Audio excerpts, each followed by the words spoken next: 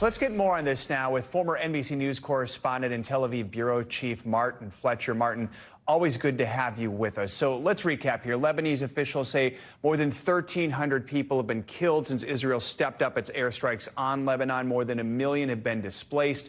Just this morning, the Israeli military ordered the evacuations of another 25 Lebanese villages. You covered this region for decades. Is this as bad as you've seen it before? Put some historical context on this.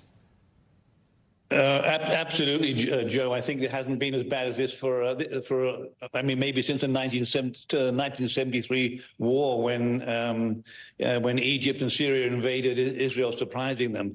This is the situation that everybody feared. Israel is now faced with a multi-front war. They're fighting in Lebanon. They're fighting against the Houthis in Yemen. They're fighting in Gaza, and now they're beginning to fight in Iran. So this is what everyone feared.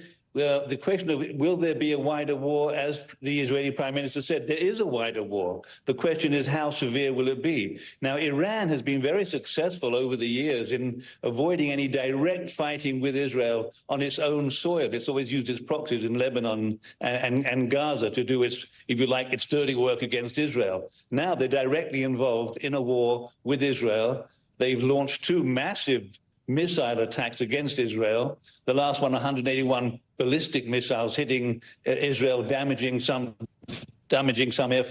airfields, but causing remarkably little damage because of Israel's defenses, along with the United States helping Israel. The question now, what will Israel do? And will America be able to limit Israel's response to what President Biden calls a proportional response? The one thing is very clear is that Prime Minister Netanyahu, Israel, they're on the war path now against Iran. They want to make Iran pay heavily for those missile attacks against Israel. So, Martin, what is Israel's end game here in Lebanon? Ultimately, will this make Israel safer?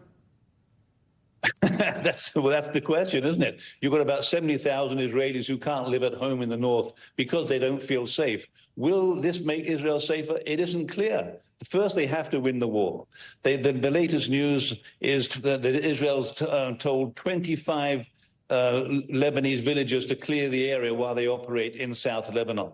In the past, they've spent many years occupying South Lebanon, and Hezbollah has always managed to come back and continue to threaten Israel. So it's quite possible that Israel will succeed in this round of pushing Hezbollah back away from its border, maybe as far as the Litani River, maybe to the next river beyond that.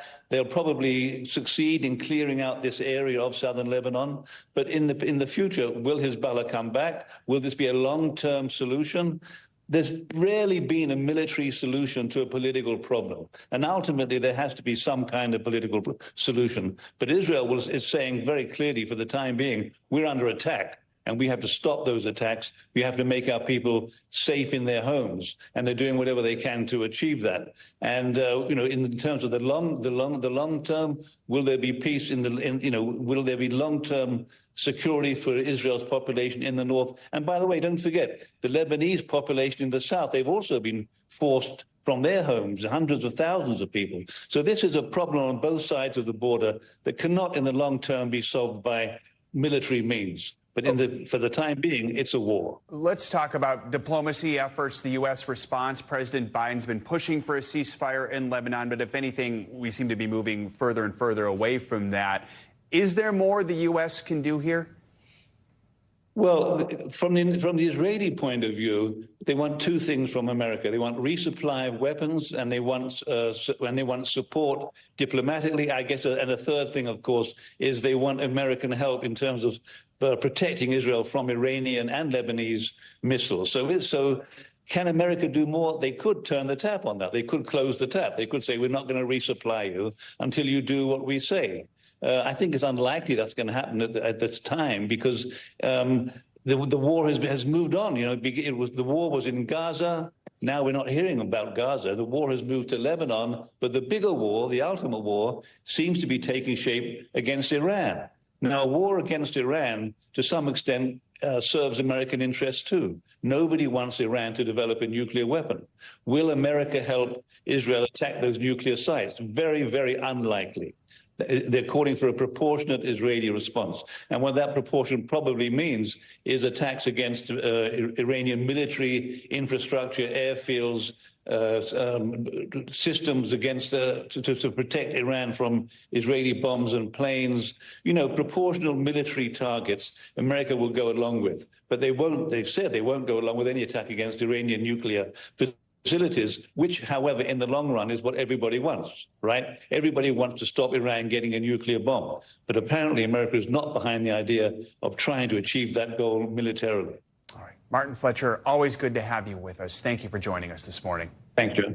Thanks for watching. Stay updated about breaking news and top stories on the NBC News app or follow us on social media.